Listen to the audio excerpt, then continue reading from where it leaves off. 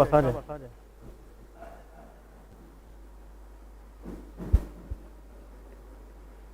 Okay जी, बिस्मिल्लाहिर्रहमानिर्रहीम। तो anatomy में हमने थोरेक्स कैविटी स्टार्ट की है। Last time we discuss the blood supply of the heart.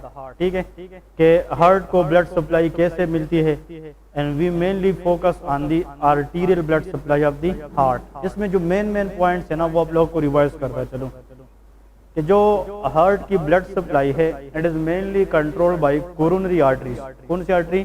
Coronary arteries. There are two types of coronary arteries, left coronary and yes, very good. जो right coronary है, it come from the interior aortic sinus, और जो left coronary artery है, it come from the posterior aortic sinus. और these two arteries are the branches of ascending aorta. किसकी branches है? ascending aorta. जो right coronary artery है, ये mainly supply करती है majority on the right side of the heart, और जो लेफ्ट कोरोनरी आर्टरी है वो left side of the heart को मेजॉरिटी सप्लाई करती है।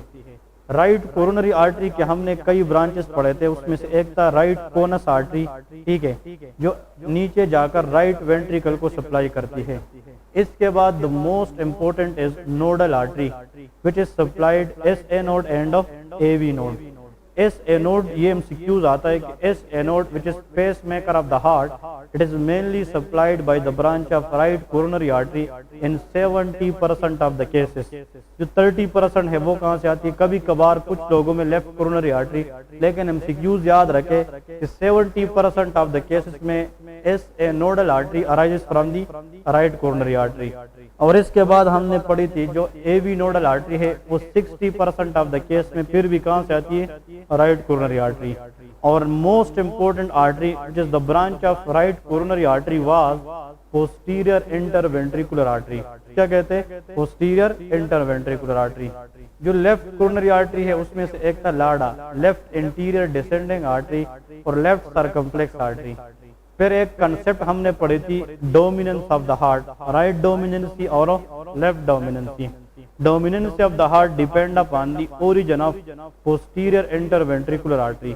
अगर ये राइट कोरोनरी से आया हो तो राइट डोमिनेंसी है, अगर ये लेफ्ट से आई हो तो लेफ्ट डोमिनेंसी है। बहुत रेयर केस में दोनों से आती है तो उसको कोडोमिनेंसी कहते हैं। आज हम जो नया टॉपिक पढ़ेंगे that is venous drainage of the heart. Arterial supply हमने पढ़ी थी, और आज जो मेन हम पढ़ेंगे that is called venous drainage of the heart. Venous drainage of the heart. तो venous drainage of the heart, this will be the today topic which is also very important for MCQs point of view. ठीक है, इधर देखिए, topic से पहले इसको आप लोग क्लियर करें कि for example we know that human heart is how many chambers? 4 chambers. This is called right atrium, this is called left atrium, right ventricle and left ventricle. ठीक है जी। देखिए, जो डीऑक्सी ब्लड है ना, deoxy, the blood which having lot of carbon dioxide, जो deoxygenate blood है, at last it should be drain into the right atrium. ये कहाँ पे आना चाहिए? Right atrium. ऊपर से यहाँ पे सुपीरियर वीना केवा ओपन होती है, नीचे से इंफीरियर वीना केवा, तो इसने कहाँ पे जाना होता है? Right atrium. क्योंकि राइट एट्रियम से जो ब्लड है वो राइट वेंट्रिकल में आएगी, और राइट वेंट्रिकल से पल्मोनरी आर्टरीज के जरिए this blood will goes into the lung and become oxygenate. ये ऑक्सीजनेट हो जाएगी, और जो ऑक्सीजनेटेड ब्लड है वो कहाँ पे जाएगी? लेफ्ट एट्रियम में। तो कंसेप्ट ये है समझना कि जो डीऑक्सी ब्लड है ना, डीऑक्सीजनेट ब्लड जो भी हो, जैसा भी हो, initially it will be drain into the right atrium, और राइट एट्रियम से ब्लड राइट वेंट्रिकल के जरिए कहाँ पे पहुंचेगी? लंग्स में, और लंग्स में डीऑक्सी ब्लड ऑक्सी बनकर लेफ्ट एट्रियम में ड्रेन करेगी। ये कंसेप्ट पता है? ओके जी। तो वीनस ड्रेनेज का मतलब ये है ना, वीनस ड्रेनेज अगर वो हम पाँव से लेके टिप ऑफ द टोस से लेके हेड तक भी जाए ना, उन सब एरियाज की जो वीनस ब्लड है वो हमने कहाँ तक पहुंचाना है? राइट एट्रियम तक पहुंचाना है। ये कंसेप्ट आप लोगों को पता होना चाहिए। अब जो हार्ट से ब्लड है ना, हार्ट से आप लोगों ने लिखना है कि most of the venous blood, most of the venous blood from the heart is drain into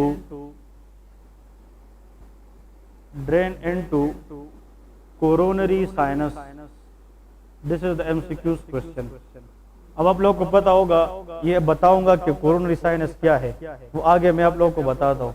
लेकिन अगर हमने हार्ट से वापस ब्लड लेना है, डीऑक्सी ब्लड, तो उसका मेजॉरिटी कंपोनेंट या मेजॉरिटी ब्लड ये कहाँ पे ड्रेन होगा? Coronary sinus. अगर हार्ट से हमने 100% ब्लड वापस लेना है, उसमें से 60% of the blood volume that will be drain into coronary sinus. Coronary sinus क्या है, कहां पर है, आगे मैं समझाता हूँ ये कंसेप्ट, ठीक है। नेक्स्ट ये एक एमसीक्यूज है, the majority of the blood will be drained into which structure? Coronary sinus. And coronary sinus further itself open into right atrium. इसका मतलब यह है कि कोरोनरी साइनस एक जगह है हार्ट के अंदर जहां पे 60% ब्लड मुख्तलिफ जगहों से कंबाइंड होकर उस कोरोनरी साइनस में जाएगा, और फिर ये कोरोनरी साइनस उस ब्लड को किस एट्रियम में देगा? राइट एट्रियम में देगा, क्योंकि लास्टली हमने किस एट्रियम को ब्लड देना है? Right atrium. और यहाँ पे देखिए remaining venous blood of the heart, venous blood of the heart, venous blood of the heart is directly drain into the right atrium, drain into right atrium। तो ये भी MCQs है, ठीक है जी। अब राइट एट्रियम, तो रिमेनिंग कितना percent? 40%। देखिए 100/100% ब्लड ये हमने राइट एट्रियम को ही देना है, लेकिन 60% ब्लड इसको मिलेगा by the help of coronary sinus, और जो रिमेनिंग 40% ब्लड है वो डायरेक्टली कहाँ पे मिलेगा? राइट एट्रियम को। तो अब हम पढ़ेंगे कोरोनरी साइनस क्या है और कौन कौन से वेन है जो हार्ट के डिफरेंट एरिया से ब्लड लेकर वापस एट्रियम तक पहुंचाएंगे। तो देखिए no vena cava. In the venous drainage of the heart, there is no vena cava role. Vena cava role is there when we take blood from upper part of the body, head and neck and upper limb. तो superior Veena केवा। अगर इसके lower part से हम लेंगे तो inferior.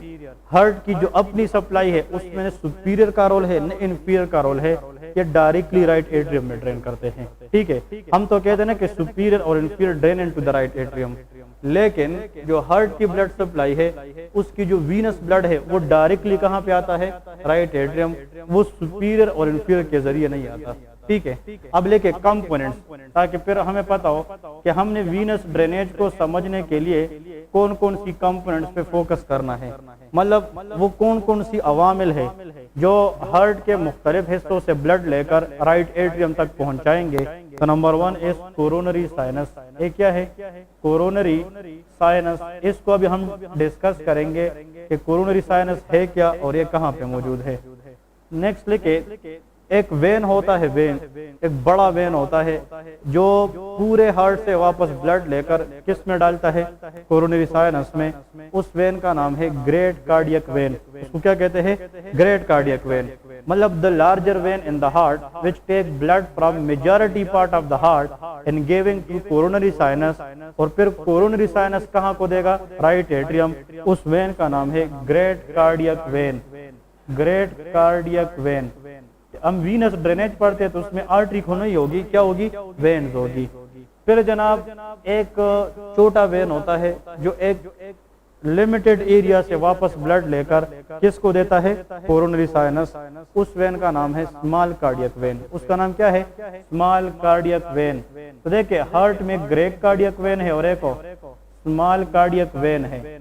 Next आते हैं जनाब, इस ग्रेट और स्मॉल कार्डियक वेन के दरमियान भी एक वेन होता है जो हार्ट के एरिया से ब्लड लेकर किसको पहुंचाता है? Coronary sinus. That is middle cardiac vein. उसको क्या कहते हैं? Middle cardiac vein. Middle cardiac vein, cardiac vein. और आखिर में last but not the least another cardiac vein, फिर इसका इंटीरियर कार्डियक वेन। उसका नाम क्या है? Interior cardiac vein. तो जब आप लोग एग्जाम में बैठेंगे या एनाटॉमी पर्पस के लिए, when we you focus on the venous drainage of the heart, you people should know these 5 things: coronary sinus and 4 cardiac veins, which are great, small, middle and interior cardiac vein. ठीक है, अब आप लोग heading दे देंगे कि what is coronary sinus, ये coronary sinus क्या है। इन सब को भी हम एक एक थोड़ा सा पढ़ना होगा, तो आप लोगों को फिर एट द एंड समझ आ जाएगा इन सब का मीनिंग क्या है। तो लेके कोरोनरी साइनस के what is meant by coronary sinus. Coronary sinus के बारे में याद रखें कि दिस इज द एरिया, ये एक एरिया है जहाँ पे मेजॉरिटी कार्डियक वेन ड्रेन होते हैं। देखे मतलब इधर देखे, फॉर एग्जांपल ये हार्ट से जनाब एक वेन आ रही है, इसका नाम क्या है। तो इस वेन ने वापस ब्लड किसको देना होगा, इसने किसको देना होगा, इसको किसने मतलब कि कार्डियक वेन 4 में से जो 3 वेन है ना, उसकी जो वापस ब्लड होगी वो किस साइनस में जाएगी, कोरोनरी। तो आप लोग इसके नीचे लिखे कि the area where mainly majority of the cardiac vein drain, ये वो एरिया है जिसको ज्यादा कार्डियक वेन ब्लड क्या करेंगे, ड्रेन करेंगे। यहाँ पे नीचे लिखे इसकी main points, the area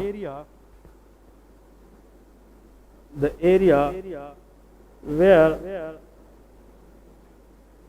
majority of the cardiac vein drain, एक पॉइंट तो ये है कि कोरोनरी साइनस वो एरिया है हार्ट के अंदर, यहाँ पे majority of the cardiac vein drain होते हैं, या इस तरह भी लिख सकते हैं कि the area where majority of the cardiac vein open, इसको हम कहते हैं कोरोनरी साइनस। फिर ये कोरोनरी साइनस है कहाँ पे, this sinus lies in the right atrium itself, ये कहाँ पे होता है, राइट एट्रियम। लेकिन राइट एट्रियम है नहीं, राइट एट्रियम का एक पार्ट है।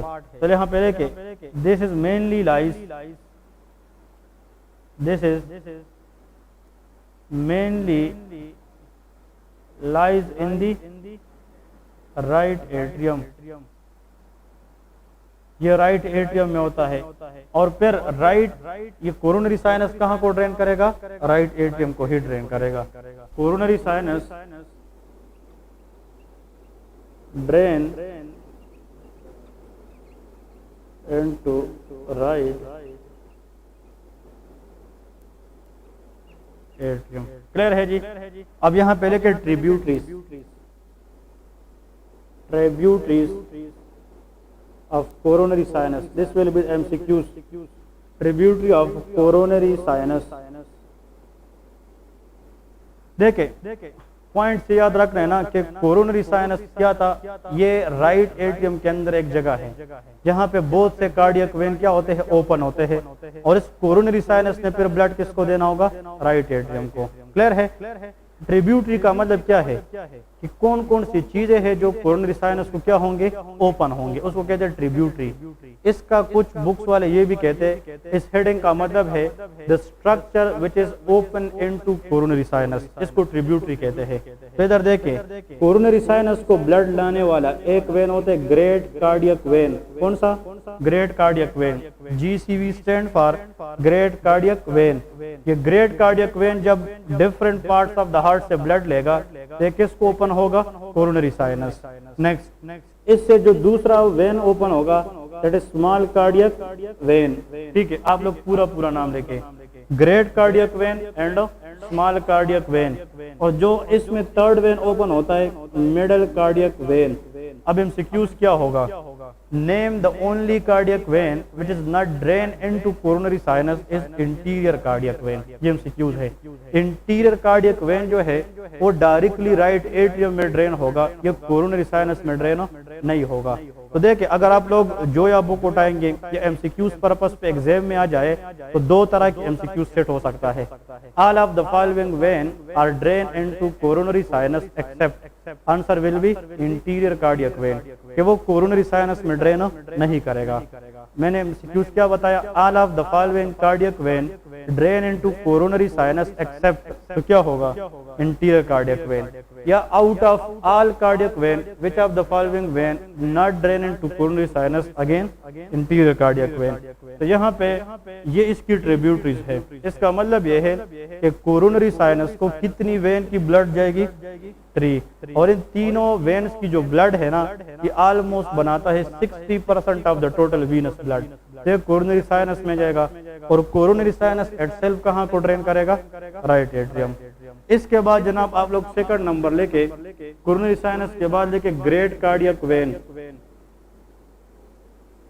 ग्रेट कार्डियक वेन, इसका पहला पॉइंट है कि ग्रेट कार्डियक वेन का मतलब क्या है। ग्रेट कार्डियक वेन का सामने लेके this vein take the blood from majority of the heart part, मतलब ये कि मेजॉरिटी ऑफ द हार्ट से वापस ब्लड लाने वाला वेन कौन सा है, ग्रेट कार्डियक वेन है। ठीक है, तो इसमें लेके this vein take blood from majority part of heart, number 1 point.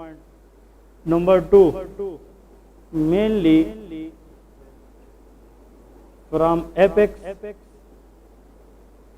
and left ventricle of the heart.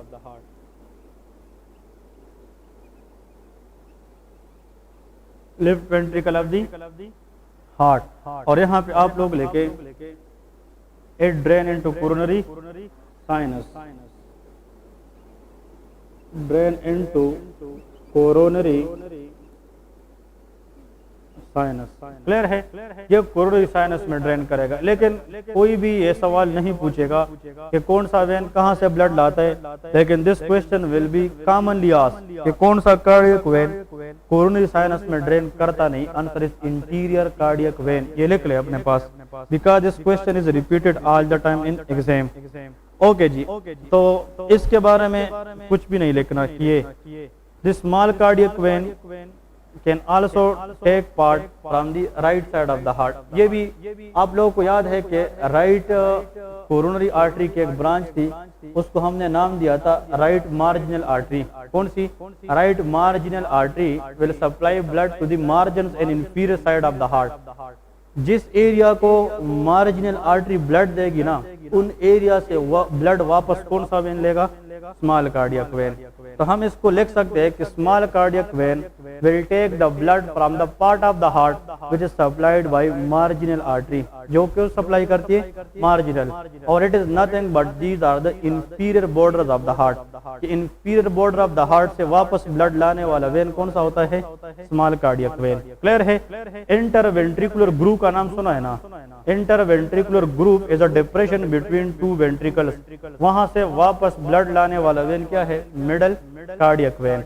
और हार्ट का जितना भी फ्रंट है, स्पेशली राइट और लेफ्ट दोनों फ्रंट, उससे वापस ब्लड लेने वाला वेन कौन सा है, इंटीरियर कार्डियक वेन।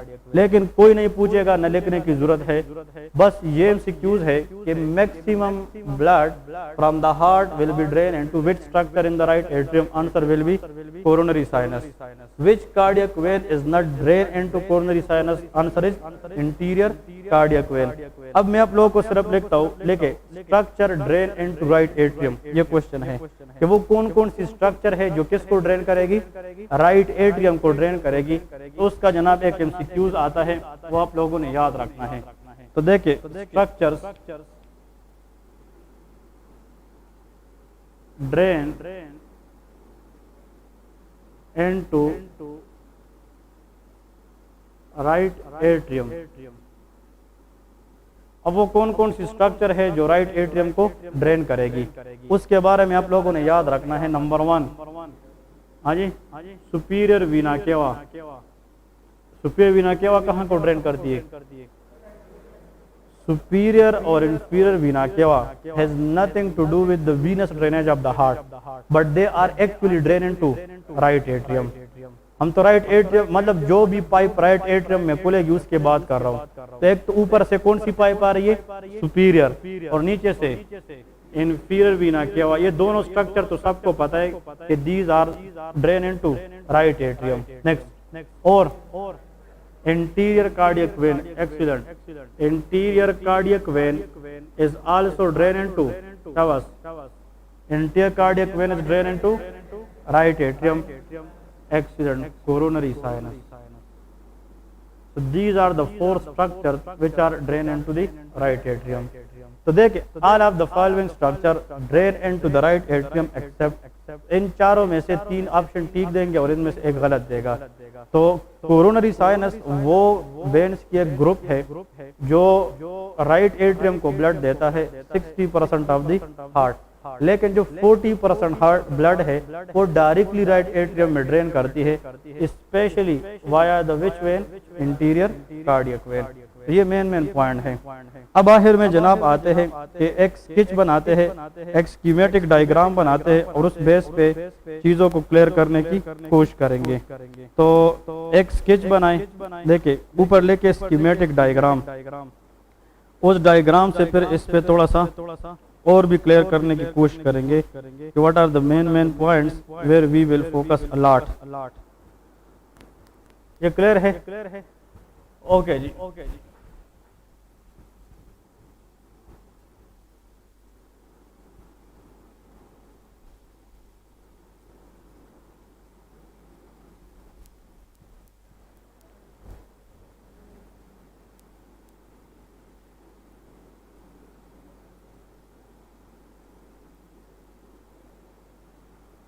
ओके इधर देखिए,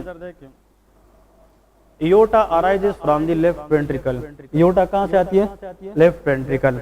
देखिए for example if we have left ventricle, हमारे पास left ventricle is a pumping ventricle, या pumping chamber of the heart is left ventricle. Left ventricle से जनाब क्या चीज निकलेगी? इयोटा। Aorta is the major artery which is arises from the left ventricle. फिर aorta के जनाब कितनी पार्ट से? तीन, ascending aorta, arch of aorta and descending। जो कोरोनरी आर्टरी है ना वो किसकी ब्रांचेस है? ascending aorta। तो इस aorta से जनाब इसकी एक पार्ट है जिसको हम कहते हैं ascending एयोटा। ascending एयोटा के ऊपर आप लोगों को पता है कि दो साइनसेस पाई जाती है, इंटीरियर एयोटिक साइनस और पोस्टीरियर एयोटिक साइनस। तो जो इंटीरियर एयोटिक साइनस है ना, इससे RCA stand for right coronary artery, और जो यहाँ पे है ना पोस्टीरियर एयोटिक साइनस से LCA stand for left coronary artery. इस तरह है। ये मैं आप लोगों को कल वाले लेक्चर और ये वाला लेक्चर कंबाइंड करा देता हूँ। इधर देखिए लेफ्ट वेंट्रिकल से इयोटा निकलेगी, इयोटा से जनाब फिर तीन पार्ट्स में डिवाइड करते। इयोटा का जो पहला पार्ट है, first part of aorta is called ascending aorta. Ascending aorta से दो आर्टरीज निकलती है, एक को राइट कोरोनरी आर्टरी कहते हैं और एक को लेफ्ट कोरोनरी। इस राइट कोरोनरी आर्टरी के कई ब्रांचेज है, लेकिन the most important branch of this right coronary artery is, यहाँ पे हमने लिखा था कि इस राइट कोरोनरी आर्टरी की मेनली हम दो ब्रांचेस जो मेन बताते हैं, एक तो जनाब इसमें होता है right inter ventricular artery, right posterior inter posterior inter ventricular artery,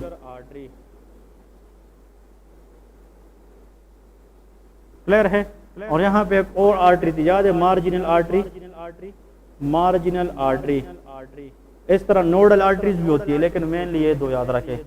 जो LCA है ना, इसकी एक आर्टरी थी left interior descending artery, yes left interior descending artery which is called LADA, LADA। और एक जनाब नेक्स्ट ब्रांच है left circumflex artery, left circumflex artery which is called LCX। इस तरह है। अब ये आर्टरी जो मैंने आप लोगों को बताई है ना स्केच में, these all arteries are giving the blood mainly to the myocardium. ये किसको ब्लड देती है? मायोकार्डियम। क्योंकि अगर हार्ट के अंदर सिस्टोल और डायस्टोल का कंसेप्ट है, हार्ट में कंट्रैक्शन रिलैक्सेशन का कंसेप्ट है, it is due to the presence of muscles in the heart. और हार्ट के अंदर जो मसल्स है वो किस लेयर में होती है? मायोकार्डियम में होती है। तो हम कह सकते हैं कि ये राइट वेंट्रिकुलर आर्टरी ये बैक साइड से जाकर किसको सप्लाई करेगी? मायोकार्डियम। इस आर्टरी से इंफीरियर बॉर्डर पे जाकर किसको सप्लाई करेगी? मायोकार्डियम। कंसेप्ट समझाने का ये है कि भाई इनमें से कुछ आर्टरी इंफीरियर बॉर्डर से, कुछ आर्टरी फ्रंट से, कुछ बैक से, लेकिन एट द एंड सब ने किसको सप्लाई करना है? Myocardium. The pumping chamber of the heart is left ventricle but the pumping layer of the heart is myocardium. ये लेयर है। इस तरह के पेरिकार्डियम, मायोकार्डियम, एंडोकार्डियम। मायो मीन मसल्स, मसल से बना हुआ लेयर मायोकार्डियम है। अगर मायोकार्डियम की थिकनेस मेंटेन है, उसके अंदर एनर्जी है, तो ये कंट्रैक्शन कराएगी, ये सिस्टोल कराएगी। अगर ये काम नहीं करेगा तो हार्ट फेलियर होगा, ए सिस्टोल होगा। क्लियर है? अब इधर देखें, मायोकार्डियम का वो हिस्सा, मायोकार्डियम का वो हिस्सा जिसको ब्लड सप्लाई कौन देती है? Right posterior interventricular artery. तो यहाँ से ब्लड वापस लाने वाला जो वेन होगा वो हमारे पास होगा मिडल कार्डियक वेन। कौन सा होगा? Middle cardiac vein. इससे मायोकार्डियम के उस हिस्से से ये वापस ब्लड लाएगा।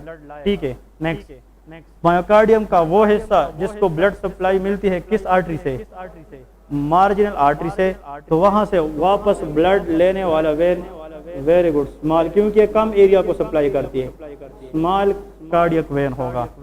The greater part of myocardium supplied by LADA, left interior descending artery. तो यहाँ से ब्लड वापस लाने वाला वेन ग्रेट कार्डियक वेन होगा। कौन सी? Great cardiac vein, great cardiac vein. ठीक है, और यहाँ से वापस ब्लड लाने वाला इंटीरियर कार्डियक वेन। कौन सा होगा? Interior cardiac when. इसी तरह है ना, ये इसकी वीनस ड्रेनेज है। अब ये वेन जो है मिडल कार्डियक वेन, ये आगे आएगा, ये स्मॉल कार्डियक वेन भी आगे इस तरह आएगा, और इसके साथ आगे मिलकर कौन मिल जाएगा? ग्रेट। और ये तीनों जो ओपन होंगे कोरोनरी साइनस। कहाँ पे ओपन करेंगे? कोरोनरी साइनस पे। और this coronary sinus will open into right atrium. Coronary sinus is open into right atrium. लेकिन इन तीनों वेन्स की जो कंबाइंड है ना, कंबाइंड कंसेप्ट, वो किस साइनस को है? Coronary sinus, except interior cardiac vein which is drain directly into the right atrium. ये राइट एट्रियम में जाएगा। तो this is the blood supply and this is the venous drainage. At the end आप लोगों को ये पता, वीनस ड्रेनेज का बस एक ही एमसीक्यूज है, दो। The major part of the heart is drain by dash great cardiac vein. The major part of the heart, इसकी जो ड्रेनेज है वो किस वेन के पास है? Great cardiac when. और अगर एमसीक्यूज ये आ जाए कि majority of the venous blood will be drain into, answer is coronary sinus. वो फिर कोरोनरी साइनस है। और which when is not drain into coronary sinus? Interior cardiac when. Clear है? अब मैं 4-5 एमसीक्यूज बताऊंगा, इसमें से दो जरूर आएंगे। Number one, SA node and AB node will get their blood supply from the branches of which artery? Right coronary artery. कौन सी? राइट। एक एमसीक्यूज, SA नोड और AB नोड, इन दोनों की जो ब्लड सप्लाई है वो कहाँ से आती है? Right coronary. Next, the main artery which is blocked in heart attack या MI या thrombosis, answer is LADA. LADA, this is the main artery which get blocked. इसमें थ्रोम्बस स्टक होने के चांसेस ज्यादा होते हैं। उसमें अगर थ्रोम्बस आ जाए तो major part of the heart will get compromise from the blood supply. उसको ब्लड सप्लाई कम हो जाएगी और फिर हार्ट अटैक के चांसेस बढ़। अगर हार्ट अटैक में बंद आया है ना, उसमें ये आर्टरी भी ब्लड बंद हो सकती है, ये भी बंद हो सकती है, ये भी और ये भी। हार्ट अटैक के कई टाइप्स हैं, उस टाइप की जो डेफिनेशन है ना वो डिपेंड करती है कि कौन सी आर्टरी ब्लॉक है। लेकिन अगर 100 लोगों को हार्ट अटैक हुआ है उसमें 60 से लेके 65% पॉपुलेशन के अंदर the main clot which can block blood supply to the heart is occurring in LAD. बस एमसीक्यूज याद रखें। This is the most common artery which is blocked by atherosclerosis. ये किसके साथ ब्लॉक होती है? एथेरोस्क्लेरोसिस।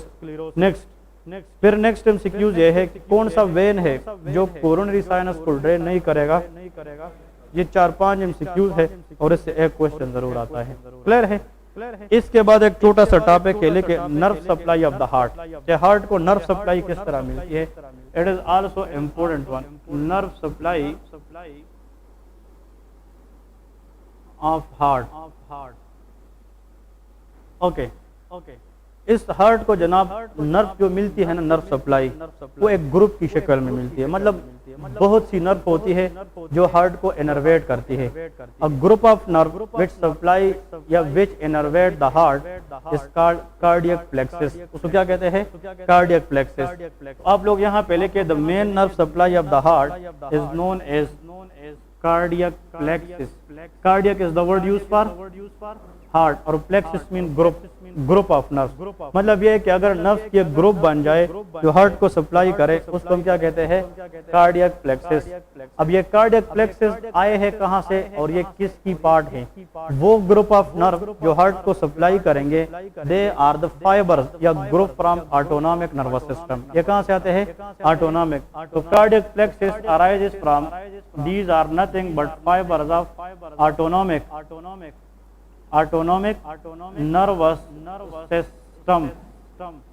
Nervous system. ये autonomic nervous system. मैं कल सीपीएस पार्ट 1 का एमसीक्यूज देख रहा था। याद रखें 400 एमसीक्यूज में से 5-6 दफा एक क्वेश्चन रिपीट है। मैं वो सीपीएस का बुक कल आप लोगों को दिखाऊंगा, इतना इंपॉर्टेंट है कि कहते हैं कि कार्डियक, उसमें लिखा है ना कि कार्डियक प्लेक्सिस, उस एमसीक्यूज में इस तरह लिखा है cardiac plexus innervate heart which include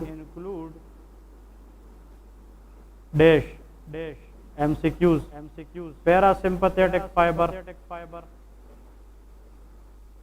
B sympathetic fiber, C both sympathetic and parasympathetic, D none.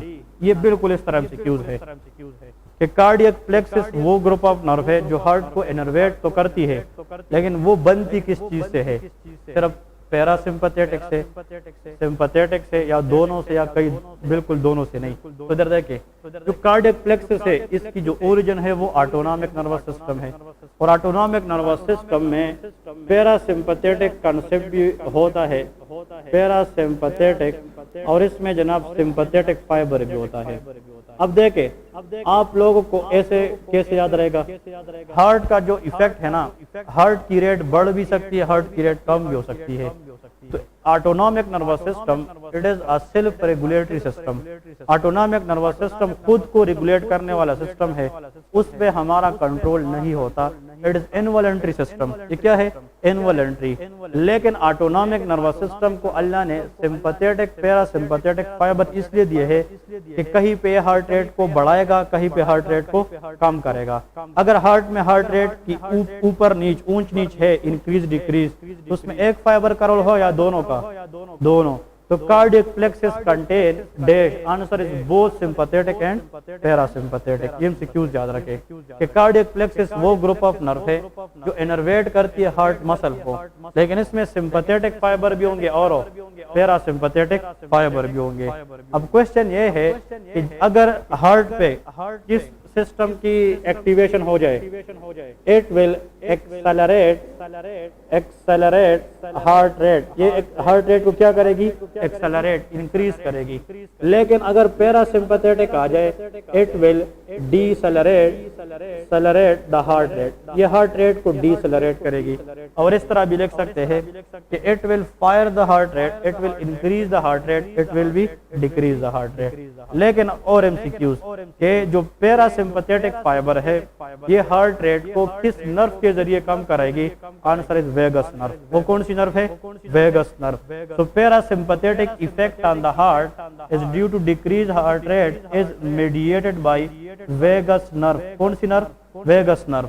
Vagus nerve is a parasympathetic nerve. ये कौन सी नर्व है? पैरासिम्पथेटिक। क्रेनियल नर्व हम पढ़ेंगे नर्वस सिस्टम में कितने पेयर्स की होती है? क्रेनियल नर्व्स कितनी होती है?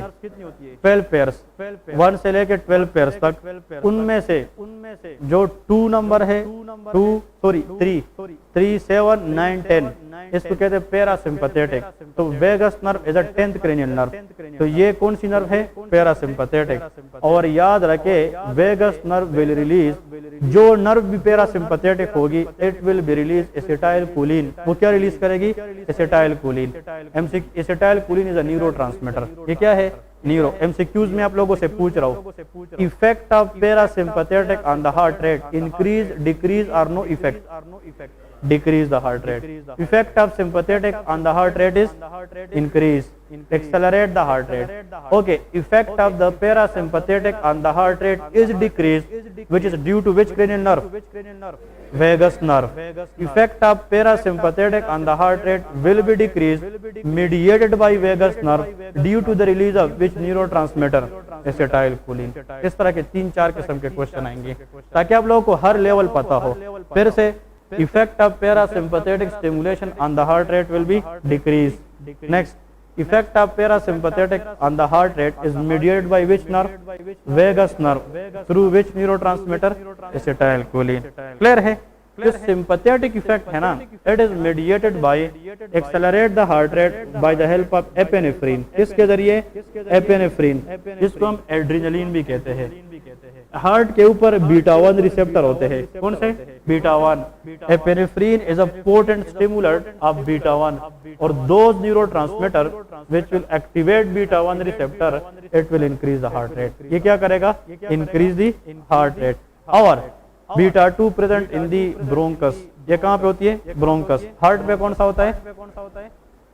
अगर मैं आप लोगों को बताऊं कि ये बीटा 1 है, ये मेनली कहाँ पे होता है? हार्ट प्लस किडनी पे। कहाँ पे? हार्ट किडनी, लेकिन मेनली हार्ट पे। लेकिन जो बीटा 2 रिसेप्टर है it is present in the bronchus.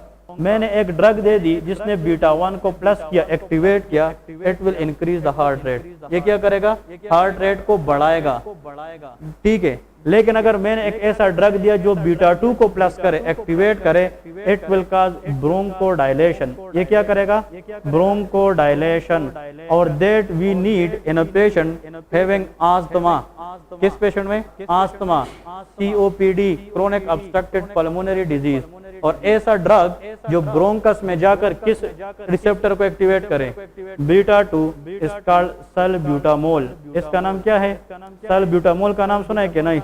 सल्ब्यूटामोल spray का नाम सुना है? मतलब जिसको आस्थमा पेशेंट हो उसको अगर चेस्ट टाइटनेस हो तो वो 2-3 पफ लेता है और वो बीटा 2 पे जाकर ब्रोंकोडायलेशन करता है और सांस लेने की दुश्वारी कम हो जाती है।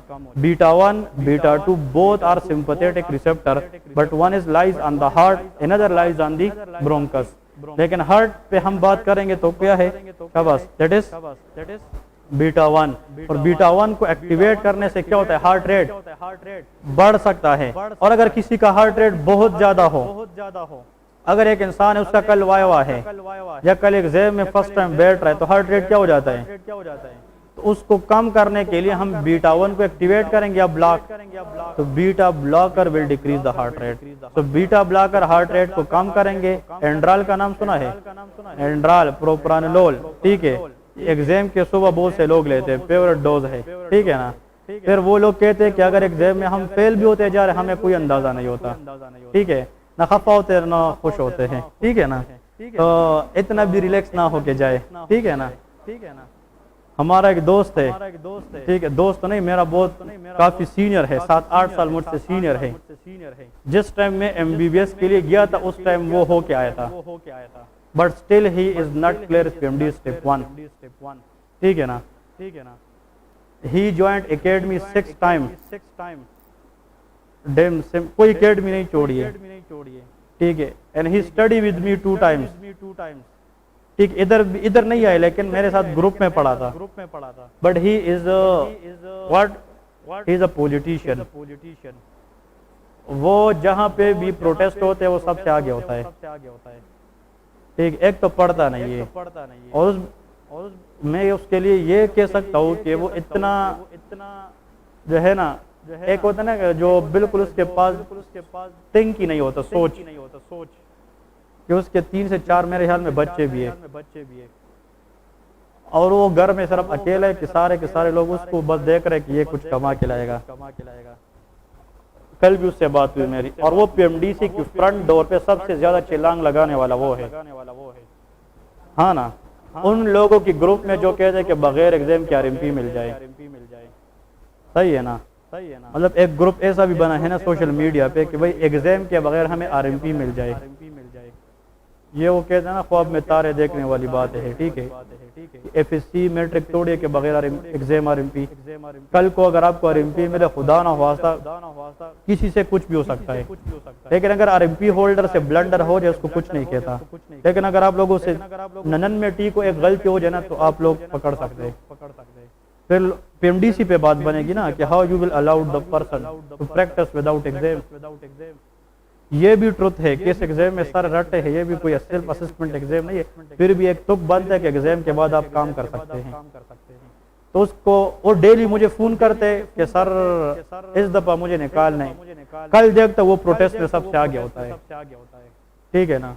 तो कोशिश करे ना, ये आप लोगों को मैंने एक ट्रिक बताया था कि easy way to pass is to protect yourself from social media. This is the easiest way to pass exam. मेरा जब एग्जाम था मैंने 4 महीने फेसबुक खोला ही नहीं था,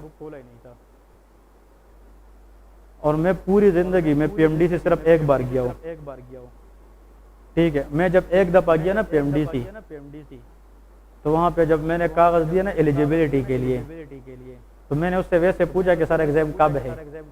मुझे कहते आपने कागज दिए, don't worry about it, exam साल बाद होगा, 2 महीने बाद, तुमने बैठना एग्जाम में, बस पढ़ाई करो।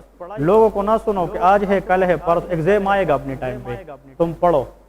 बस मैंने उसकी बात सुन ली। आप यकीन करें जो हमारे साथ बगल में बैठते थे हमसे ज्यादा आगे ब्रिलियंट थे, वो फेल हो गए, हम पास हो गए। द रीजन के they involve himself in irrelevant things,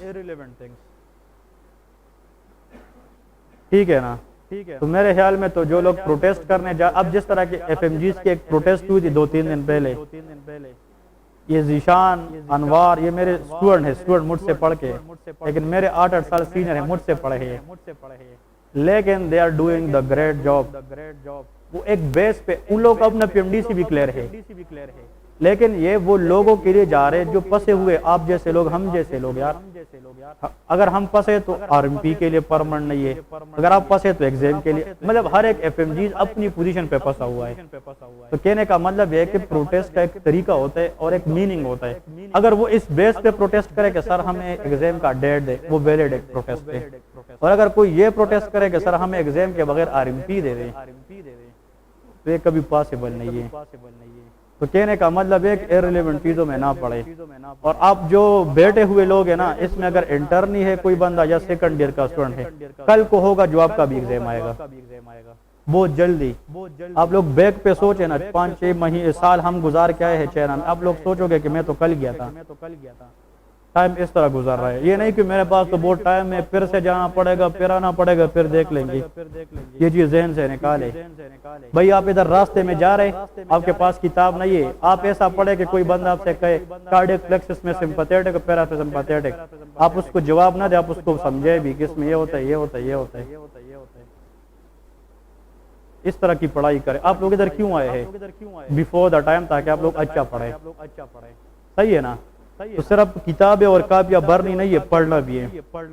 protest से अवेयर रहे, पढ़ाई पे ध्यान दे, सोशल मीडिया को इम्पोर्टेंस ना दे, ठीक है ना। तो इंशाल्लाह कल को होगा जो एग्जाम क्लियर कर जाओगे, ठीक है।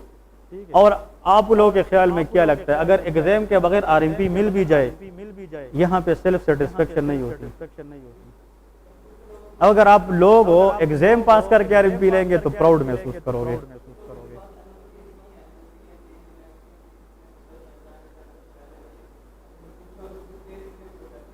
हाँ जी, कुछ लोगों के पास एनओसी है, इसका बता रहा हूँ ना, लास्ट पॉइंट है एनओसी, नॉन ऑब्जेक्शन सर्टिफिकेट, कि भाई आप लोगों ने भी किया था ना प्रोटेस्ट, आपके पास भी है ना एनओसी। वैसे एक बात है, आपके पास है ना, आप जब गए थे तो आपको पीएमडीसी एग्जाम नहीं था ना, आप जब वापस आए, एक मिनट, आप लोग कुछ कितने लोग थे, 60 थे कि 70, 100 200 कितने थे, एक मिनट, 200। आप इन लोगों को पर्सनली बताए कितने पैसे खर्च किए थे आप लोगों ने, जो प्रोटेस्ट किया था आप लोगों ने पहले, 70-80 लाख रुपए, 80 लाख रुपए इन लोगों ने प्रोटेस्ट पे खर्च किए, केस भी किया, खुर्शीद शाह जो पीपल पार्टी वाला था उससे भी मिले, एनओसी भी है, पीएमडीसी ने देना है कि आपका एग्जाम नहीं होगा, लेकिन वो कहते जो भी कर एग्जाम देना पड़ेगा, ये यूजलेस है। लेकिन अभी भी स्टिल कुछ लोग उस पर बिलीव करते हैं, इसलिए कह रहा हूँ कि लोगों का ना सुने, पढ़ाई करो और पास हो जाओ, बस मेरा मतलब ये है, ठीक है। ओके, हाँ जी, यार वो रीजनेबल था और वो राइट के लिए था, लेकिन फिर भी वो नहीं माने, आपने उसके बाद एग्जाम नहीं दिया 2 दफा, हाँ तो फिर ये ट्रेंड था। सिर्फ एक बात सुने, शियान जोतोंग यूनिवर्सिटी का नाम सुना है ना, आप उधर से ग्रेजुएट है, ये थे यूनिवर्सिटी, लेकिन दिस रूल इज बिफोर 2012, 2012 से आगे जो लोग आए थे ना, अभी टीएमओज एमओज है, उन लोगों ने एग्जाम नहीं दिया है पीएमडीसी, लेकिन 2012 के बाद जो भी आए है ना, वो एनओसी है नहीं है, जिस कंट्री से भी उसने एग्जाम देना।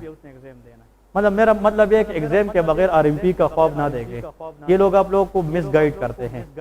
मैं भी यार अपने घर बार में सब कुछ छोड़ा है, सब चीजें छोड़कर आप इधर आए हो, इतने गर्मी में टाइम गुजार रहे हो, किसी सोच पे आए हो, और इंसान है अगर कल को फोन आए या फेसबुक पे देखे कि भाई पढ़ाई ना करो कल आरएमपी मिलने वाली है, तुम अगेन किताबें साइड पे करोगे। मैं कहता हूँ ना, अपनी रिदम खराब ना करे, मेंटेनेंस रखे, पढ़ाई करे, रेगुलरिटी, सही है ना, तो इंशाल्लाह कल को होगा कि एग्जाम में क्लियर हो जाओगे, ठीक है। तो 2 एमसीक्यू सुन ले कि कार्डियक प्लेक्सिस जो है, it is a group of nerve containing autonomic fibre having sympathetic and parasympathetic fibres, they have the effect to control the heart in different situations and condition. अगर कोई इमरजेंसी सिचुएशन है, उसमें blood जो है ना brain को ज्यादा चाहिए, तो कार्डियक आउटपुट, हार्ट पंपिंग भी ज्यादा चाहिए, उसके लिए हार्ट रेट क्या हो जाता है, बढ़ जाता है। Effect of the heart rate on parasympathetic activation is decrease, or effect of sympathetic on heart rate is decrease. Clear है? So this is all about the blood supply. ये बस सिर्फ यही लिखा है, लेकिन जो एक MCQ है कि cardiac plexus is supply या innervate the heart contain dash both sympathetic and parasympathetic, even FCPR. हाँ जी, okay. These fibers have no nerve root specifically. They are the multiple fibers. बहुत से फाइबर है, कई इधर से कई उधर से, लेकिन इस ग्रुप हम सबको एक सेट में प्लेक्सिस कहते हैं, कार्डियक प्लेक्सिस, लेकिन है ऑटोनॉमिक फाइबर। और ऑटोनॉमिक फाइबर जब भी होते हैं, ऑटोनॉमिक फाइबर आर अंडर नट और कंट्रोल, दे आर इनवॉलंटरी। ये क्या होते हैं? तो कभी हम अपने हार्ट के ऊपर काबू पा सकते हैं कि रेट को कम या ज्यादा करें? No, these are decelerate and accelerate depending upon the situation. तो दीज आर इनवॉलंटरी फाइबर्स। ये क्या होते हैं? Involuntary. This is the end of thoracic cavity. कल इसमें एक क्लास लूंगा, यहाँ पे लिखा है gross anatomical changes in foetal circulation at birth. ये एक छोटा सा पॉइंट है, और इसमें लिखा है कंजेनिटल हार्ट डिजीजेस बच्चों में। ये वैसे पैथोलॉजी में भी आएगा, लेकिन यहाँ पे पढ़ाकर कल चेस्ट खत्म करेंगे। The first we will start very very important area, head and neck area. Head and neck area के अंदर हम न्यूरो एनाटॉमी भी कवर करेंगे, ठीक है। फ्रीनिक नर्व भी कल पढ़ाऊंगा, फ्रीनिक नर्व की कोर्स पढ़ाऊंगा। इतना तो पता है कि C4, 5, 3, 4, 5 ये डायफ्राम को इनर्वेट करती है, लेकिन ये पढ़ाऊंगा कि फ्रीनिक नर्व यहाँ से निकलकर डायफ्राम तक कैसे पहुंचती है, इसकी कोर्स क्या है, किस स्ट्रक्चर की फ्रंट से जाती है, किस स्ट्रक्चर की बैक से जाती है। तो इंशाल्लाह कल मैं मुझे याद करे इसके साथ 5-10 मिनट का वो नर्व है। अब बैठ जाए, 5 मिनट सब्र करे, टेस्ट स्टार्ट करते हैं, ठीक है। निकलना नहीं है, 5 मिनट में आता हूँ।